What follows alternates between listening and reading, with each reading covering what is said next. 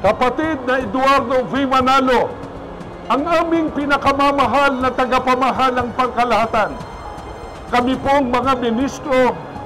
mga manggagawa, kasama po ang aming sambahayan at mga kapatid dito po sa Distrito Eklesyastiko ng Zamboanga, Sibugay,